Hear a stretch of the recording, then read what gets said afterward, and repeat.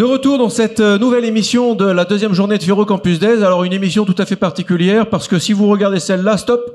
Si vous n'avez pas regardé la première partie de l'émission Rail Innovation Challenge, là ça va être un peu bizarre parce que là on va dire qui a gagné le Rail Innovation Challenge. Donc moi ce que je vous recommande c'est d'aller voir la première émission que nous avons fait il y a quelques heures. Mais vous, pour vous c'est pareil. Vous regardez la première émission, vous voyez les pitchs. Vous imaginez que toute la journée, les votes, vraiment, c'était très très tendu. Le jury, mais ça ils vont nous le raconter, et on sent qu'il y a des coups quand même qui se sont donnés. Bref, un challenge total, c'était un défi pour tout le monde. Donc là maintenant, si vous avez bien rattrapé les pitchs, tac, c'est parti. On est donc dans la dernière partie, la partie du classement des finalistes.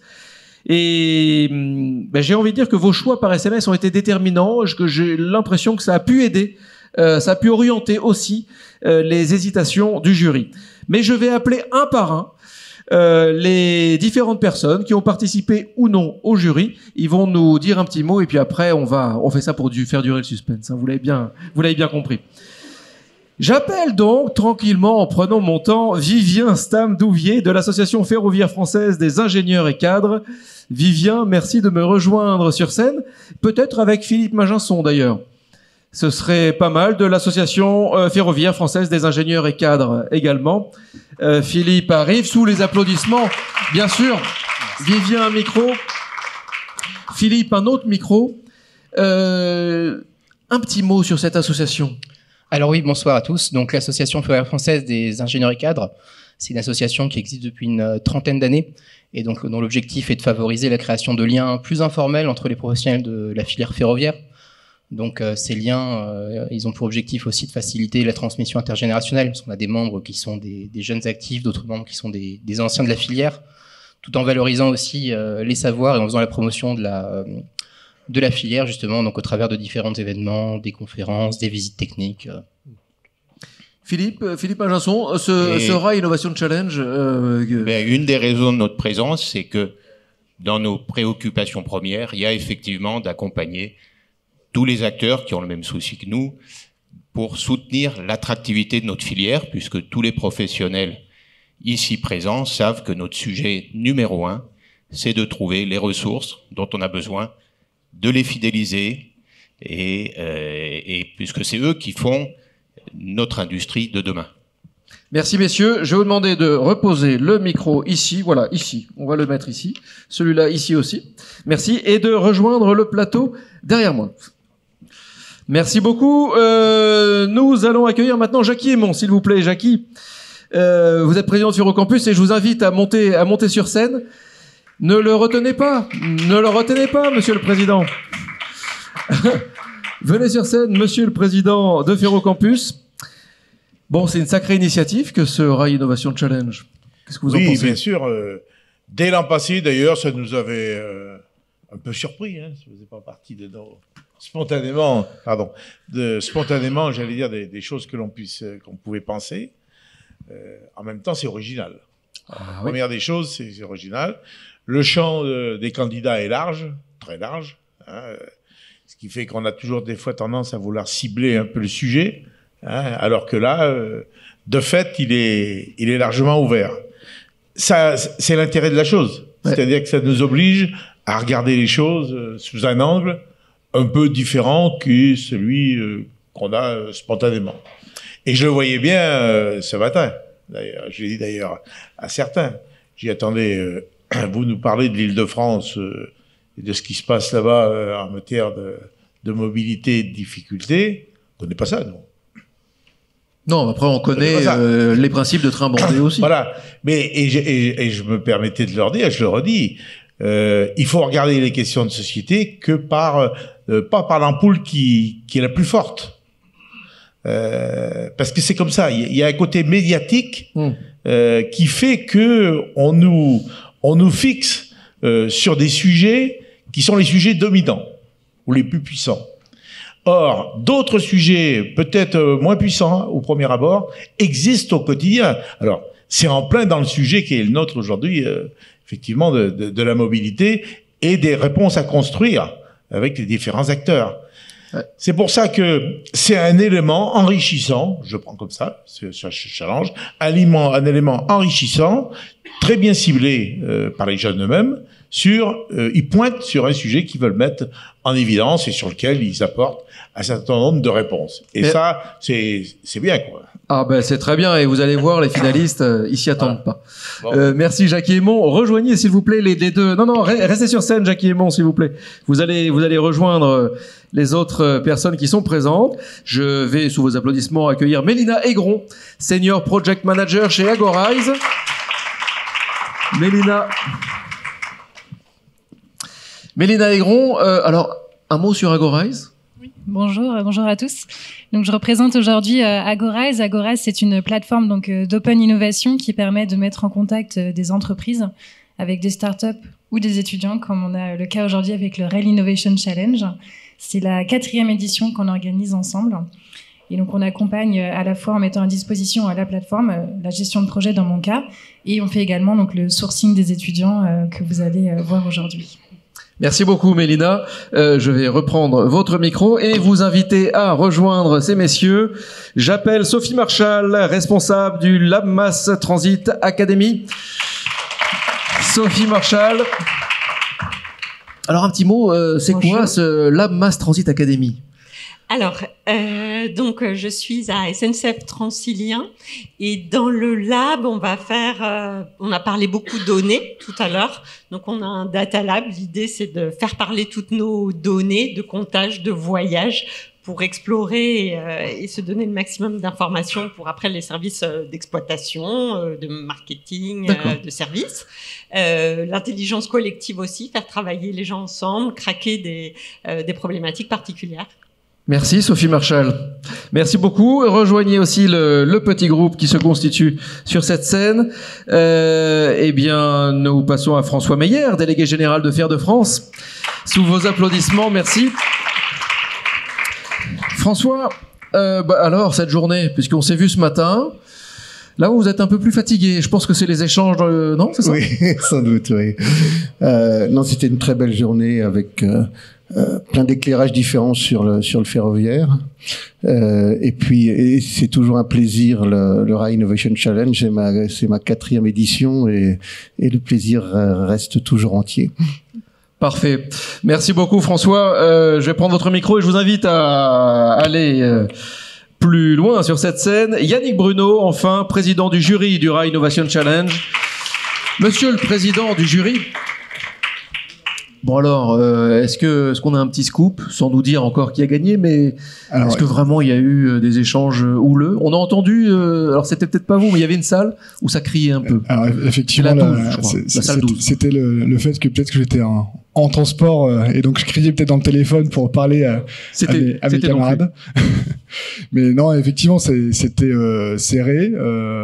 On a eu des débats animés. On a dû remettre en question aussi comment on allait délibérer. Et en tout cas, on est très heureux d'avoir pu délibérer sereinement entre professionnels du ferroviaire. On est sur les voies. On est sur les voies avec un complément de SMS. Ils ont quasiment tous voté. Ah, c'est incroyable. Quand même. Effectivement, on a eu pas mal de participation. Je pense qu'on a des projets aussi qui se démarquent sur la participation du public, et c'était une première aussi. Donc on voit que c'est important et ça permet de faire ressortir aussi des grandes tendances qui dans les idées des lauréats. Merci Yannick Bruno, merci Monsieur le Président. Et je vais appeler, alors sous un tonnerre d'applaudissements, Chloé Artaud, s'il vous plaît.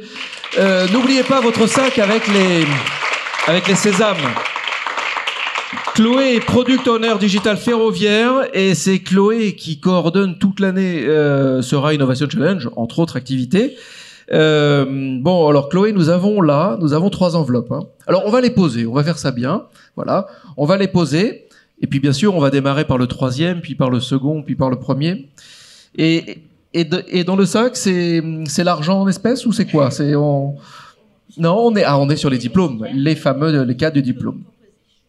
Alors, Chloé, vous allez jouer un rôle crucial dans cette remise de diplôme, parce que je crois que c'est parti en fait. C'est parti. Vous êtes prêts ? Ouais, ils sont prêts.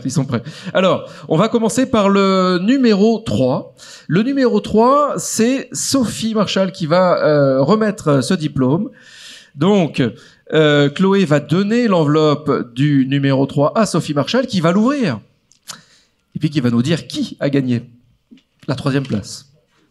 C'est quand même une super belle place. C'est que la finale, hein. On est juste avec les 3 meilleurs. Juste. Sophie Marchal, qui est la 3e place de ce Rail Innovation Challenge? Alors, la 3e place, un très beau projet, c'est Bike Park. Bike Park est 3e de cette finale. Well done. Bravo à vous. Alors, comment ça va s'organiser? Voilà, la poignée de main, la remise du diplôme, il faut la faire. Voilà, la remise du diplôme, un petit peu mieux, le photographe peut-être pour prendre une photo. Et oui, il y a pas de photographe pour prendre une photo? Si, mais en tout cas on aura les images. Nous on a les images vidéo. Un petit mot. Just one word. In English, maybe? Yeah, in English. So very happy to have participated in this competition, and even if we are third, that's already something way more than we would expect at the beginning. So very, very thanks a lot. Thanks a lot and congrats. Just a word? Yeah, we came a long entrepreneurial journey on this project, and I'm very happy I was part of it. Congrats, thanks a lot. Bravo à vous. Merci. Et ben alors vous pouvez reprendre votre diplôme, parce que ça y est, il est à vous. Hein. Vous partez avec. Merci Sophie. Ah, alors visiblement il y a quelque chose en plus du diplôme. C'est ça? Mais qu'est-ce qu'il y a? Ah, d'accord. Voilà, vous avez chacun votre diplôme. Merci à vous, messieurs. Merci beaucoup. Alors, après le 3, il y a le 2, me semble-t-il. Ou le 1. On passerait auquel? Ouais, mais là, si on dit le 1, du coup, le suspense, quoi qu'il en soit, le suspense. Ah, c'est embêtant, c'est un vrai dilemme. Comment va-t-on faire? Bon, on va appeler le 2. On va appeler le 2. Et pour remettre le 2, c'est vous, François, qui allez remettre le diplôme au deuxième de la finale du Rail Innovation Challenge. Donc, Chloé vous remet l'enveloppe. Vous avez cette lourde tâche d'ouvrir l'enveloppe, de prendre un micro derrière vous. Oui, derrière vous. Et puis... So the winner is... Yes. Alors, vous pouvez faire une petite blague si vous voulez. Bon, il en reste que 2. Je remercie ma famille, mon réalisateur. Et c'est Rail Innovation. Bravo, Rail Innovation, qui est numéro 2. Deuxième de cette finale du Rail Innovation Challenge. Donc Chloé va vous remettre de manière officielle, pour qu'il y ait un tas de photos officielles, ce diplôme. Sur la photo, il faut qu'il y ait Chloé, il faut qu'il y ait le groupe, il faut qu'il y ait François Meyer. Bravo encore. Merci beaucoup. Juste un petit mot peut-être? Ah, une autre photo? Une autre photo. Un petit mot? Vous êtes au centre, alors c'est pour ça que je vous... c'est vous qui voyez. Merci beaucoup. Je pense qu'on ne s'attendait pas à arriver aussi loin et à finir deuxième. C'est super. On a adoré porter notre projet. On espère qu'il vous a plu et visiblement, il vous a plu. Donc, on est ravis. Merci beaucoup. Bravo à vous. Merci. Rail Innovation, merci beaucoup. Si je peux peut-être dire un mot. Oui, François. Ouais. Moi, bravo vraiment aux 3 parce que je vous disais ce matin, souvenez-vous quand on avait 20 ans, moi quand j'avais 20 ans, je n'étais pas capable de pitcher comme ça, je crois. Donc les jeunes sont bien meilleurs que nous là-dessus. Ah, l'art du pitch est un art assez nouveau. Donc c'était vraiment impressionnant. Les 3 ont été très bons. Et puis tous les 3 ont vraiment abordé. Alors c'est vrai que Jackie, c'était sur le mass transit, donc c'était plutôt sur les grandes villes, mais tous les 3 ont été très pertinents sur l'analyse de la problématique et sur des problématiques qui sont réelles, qui sont fortes, qui sont sociétales, qui s'adressent aux voyageurs. Donc vraiment bravo à tous les 3 et c'est pour ça que ça a été très dur. Et d'ailleurs c'est vrai que le jugement du public a switché un certain nombre de messages. Ça c'est le secret entre nous. Donc un grand merci. Et grand bravo à vous tous. Attendez, et alors le numéro 1. Attendez le prochain complément d'enquête et puis vous aurez les coulisses. Merci beaucoup François. Et bah, je vous propose de passer à l'annonce du lauréat. Ah, le suspense est à son comble. C'est Monsieur le Président Yannick Bruno qui allait qui allait ouvrir d'abord l'enveloppe remise par Chloé. Merci Chloé. Alors qui, Monsieur le Président, qui effectivement, qui est le premier Tout le monde se pose la question.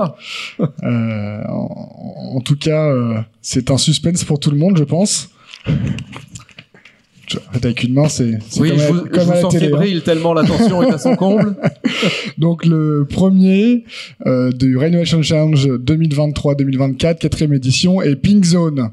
Bravo Pink Zone.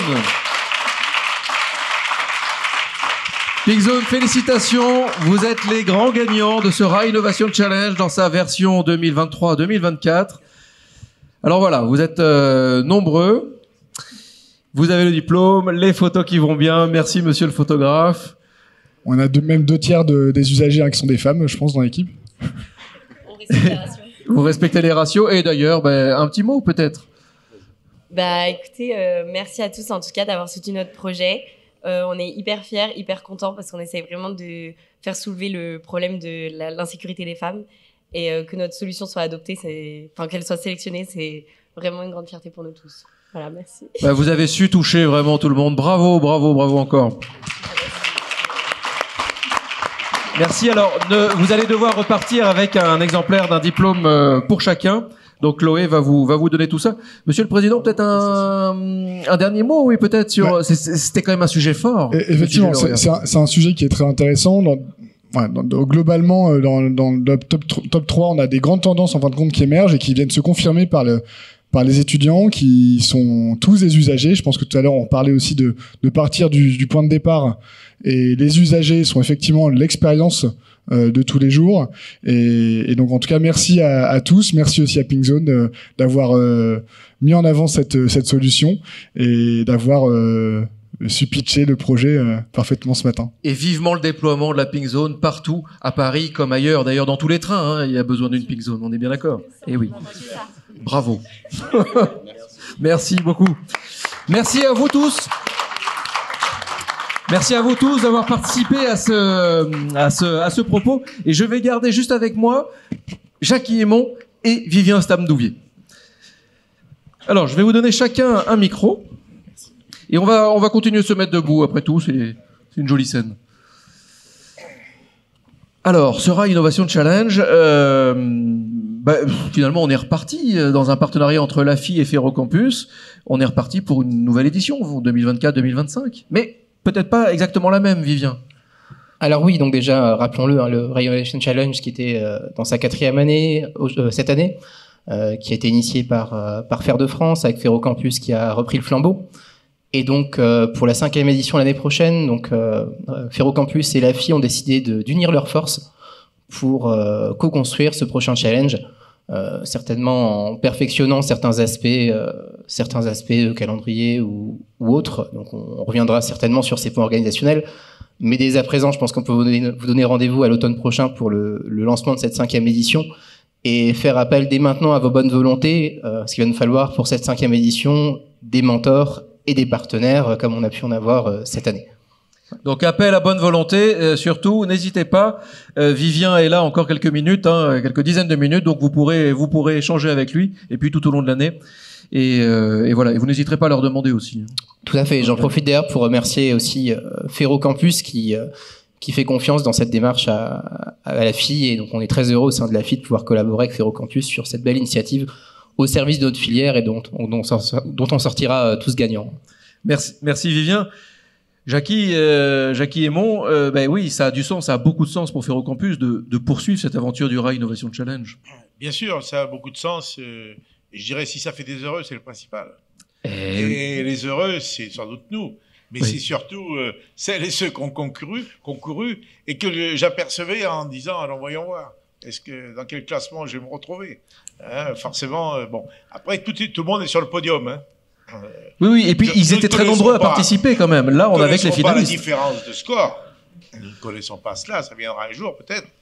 Mais, puis c'est pas l'essentiel. Mais en tout cas, le fait qu'ils soient arrivés à ce stade, j'allais dire, j'aime pas trop le mot compétition, mais je dirais de de ce qu'ils défendent comme projet, parmi bien d'autres, je veux dire, c'est déjà quelque chose de remarquable. C'est vraiment quelque chose de remarquable. Je pense qu'il ne faut pas en faire une finalité, qu'il faut toujours essayer de prendre en considération bien d'autres éléments que ceux qu'on a à un moment donné retenus, pour voir comment la faisabilité des choses devient possible ou pas. Ça enlève rien, au contraire, je crois qu'ils ont mis un coin dans la porte en posant un certain nombre de sujets qui sont très techniques, qui sont en même temps sociétaux, et qu'à partir de là, ça ne peut que s'enrichir. Hein, ouais. Et puis, c'est le but. Ça va s'enrichir grâce à la FI, grâce à Ferrocampus, grâce à ce Rail Innovation Challenge. Un dernier mot, Vivien ? J'ai envie de dire grâce à nous tous, l'ensemble de la famille du ferroviaire. Merci beaucoup, Vivien. Je voulais souligner l'importance du partenariat avec l'association de la FI. Voilà. Un partenariat qui dure et qui va se prolonger, se poursuivre. Merci à vous, messieurs. Jackie, vous restez avec moi. Merci beaucoup, Vivien. On va maintenant conclure cette deuxième journée de Ferrocampus Days. Et c'est pas moi qui conclue, Monsieur le Président de Ferrocampus. C'est à vous de conclure. Alors, il y a quand même une expression clé qui est apparue à de nombreuses reprises aujourd'hui, c'est rejoignez la dynamique. Rejoignez la dynamique Ferrocampus. Conclure, ce serait prétentieux. Hein. Non, c'est ouvrir vers autre chose. Mais bon, c'est le terme d'usage. Oui, avec le micro, s'il vous plaît. Quand on termine une soirée. En tout cas, vous avez joué un rôle. Attendez, j'ai commencé comme ça. Vous avez joué un rôle d'animateur. On n'a pas vu le temps passer avec vous. Ah. Vous savez, le train arrive à l'heure, hein, vous voyez. Dans ce genre de choses, des fois, quand ça dure aussi longtemps, depuis hier, le matin, parfois, on peut un peu, dire que c'est un peu longué. Pas du tout. Pas du tout, et il y a plusieurs de participants qui m'ont dit c'est pas mal hein, ce truc d'émission et tout ça, on serait cru un peu une radio. Quelque chose de vivant. Et pensez au replay après, voilà. Tout le monde pourra retrouver tout ça. Et je pense que les tables rondes, et les personnes qui passaient aux tables rondes, ils se prêtaient au jeu. Ils se prêtaient au jeu parce qu'il n'y avait jamais de blanc, hein, comme on dit. Ah oui. Enfin bref. Merci. Donc voilà, je voulais vous féliciter pour cela, parce que ça a donné à nos journées un caractère particulier, quoi, hein, je veux dire, hyper positif et dynamique. Merci, Monsieur le Président. Voilà. Si j'avais 2 ou 3 mots de plus à dire à ma place, hein, voilà, c'est que les 2 journées sont très différentes et qu'elles se complètent bien. Hier, on a eu une journée avec au cœur la question de la formation, de l'emploi, du dialogue sur les formations et l'emploi sous la forme industrielle avec les entreprises qui étaient là. Ah bon, hier matin en particulier, c'était démonstratif. Comment les jeunes, parce que c'est ça, qui sont venus du lycée, qui sont venus de la mission locale, du service de l'emploi, qui sont venus avec leurs animateurs et qui étaient agglutinés autour des différents stands des différents acteurs industriels de transport qui étaient là et avec qui il y a eu tous les échanges. Voilà. Vous savez, c'est pas si commun. Hein. C'est pas si commun. Il y a un certain nombre d'endroits sans doute où on imagine que ces choses-là ont lieu presque au quotidien ou toutes les semaines. Ici, vous êtes dans un territoire qui n'est pas le plus reculé du monde. Non. Mais pour lequel, je veux dire, c'est pas si fréquent. Il y a rarement des initiatives de ce type-là. Donc, je voudrais le saluer et saluer notamment le travail qui a été fait par l'équipe de Ferrocampus, hein, qui est là, et puis par les professeurs et les personnels du lycée Bernard Palissy hier matin. Et je crois qu'on peut les applaudir, et les enseignants et la super équipe de Ferrocampus. Parce que quelque part, on les envahit. Oui, on a envahi le lycée quand on arrive là-bas avec nos stands, etc.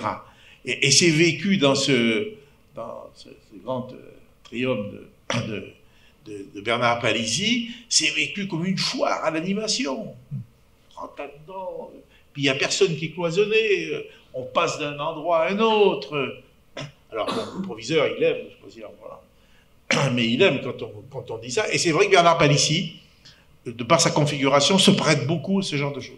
J'insiste sur une chose, pour ce qui est des ambitions de Ferrocampus, et celle qu'on veut offrir sur ce territoire. Il faut qu'on associe largement, on va avoir besoin de professeurs hyper qualifiés là. On va passer à autre chose que la licence professionnelle, que le bac professionnel. Et je le dis comme ça parce que c'est pas nous qui ferons la formation, enfin c'est pas moi, tu vois, qui ferait bien leur apprendre quelques trucs, mais qui ferait la formation aux jeunes dans le domaine des technologies ferroviaires. Ce qui veut dire qu'il faut penser à associer, parce que le quotidien ne réserve pas toujours forcément du temps, et à des personnes qui n'ont pas forcément au même degré, je veux dire, une perception de ce qu'on veut obtenir dans un délai assez rapide maintenant, finalement. Il y a 2 ans, c'est peu. Alors, je le dis parce que j'ai un peu fait mon sondage. Je suis un homme de terrain.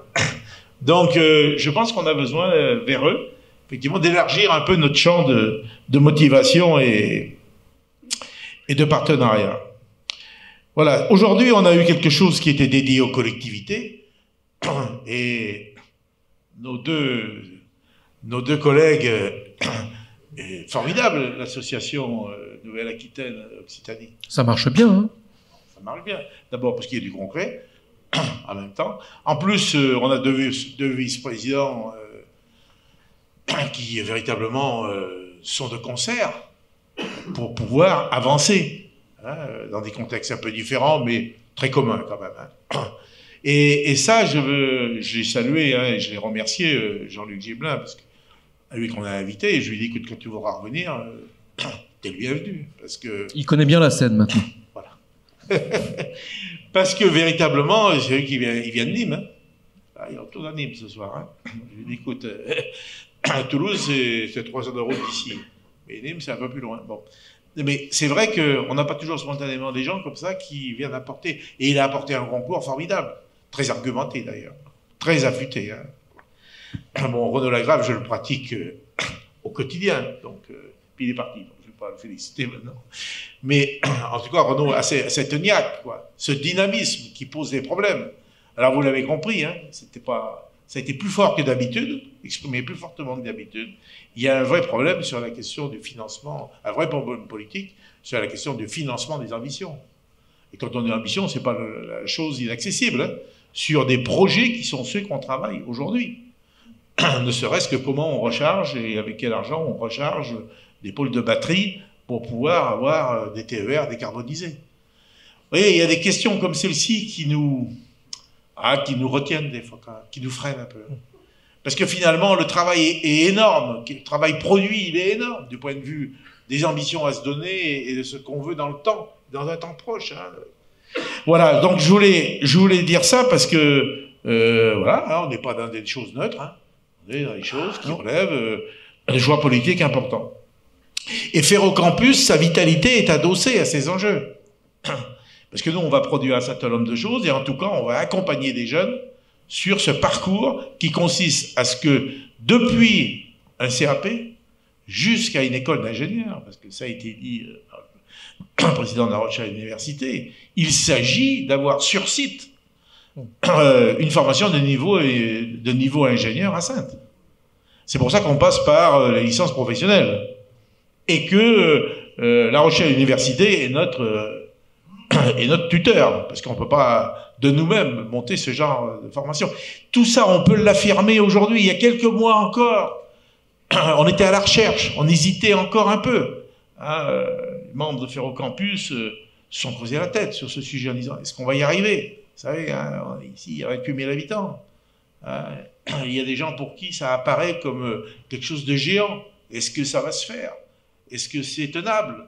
Et il y a des questions simples, objectives, sur les questions de formation et d'accompagnement des jeunes dans ces filières-là.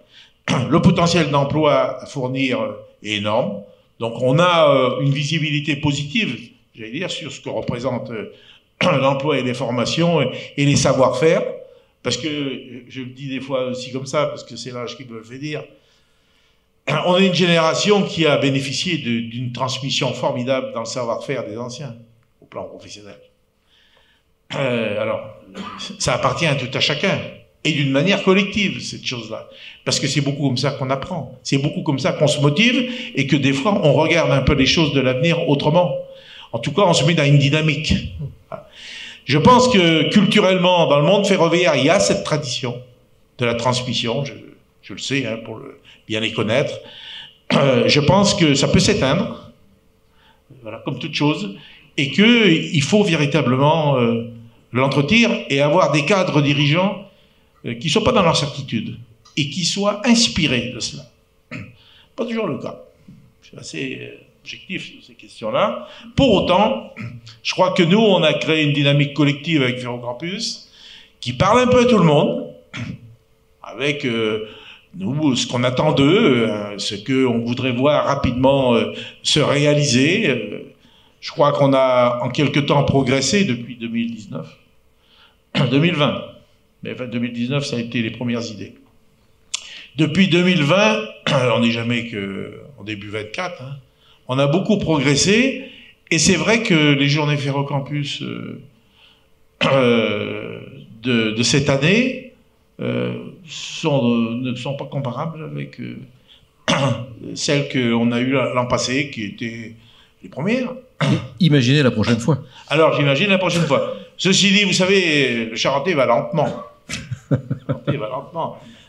Donc, on regarde bien comment on avance et vers où on veut aller.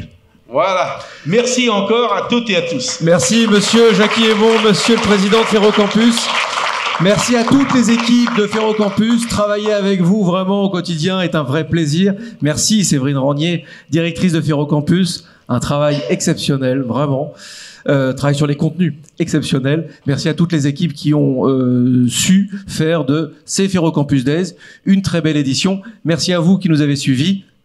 Jingle, c'est le dernier. Merci.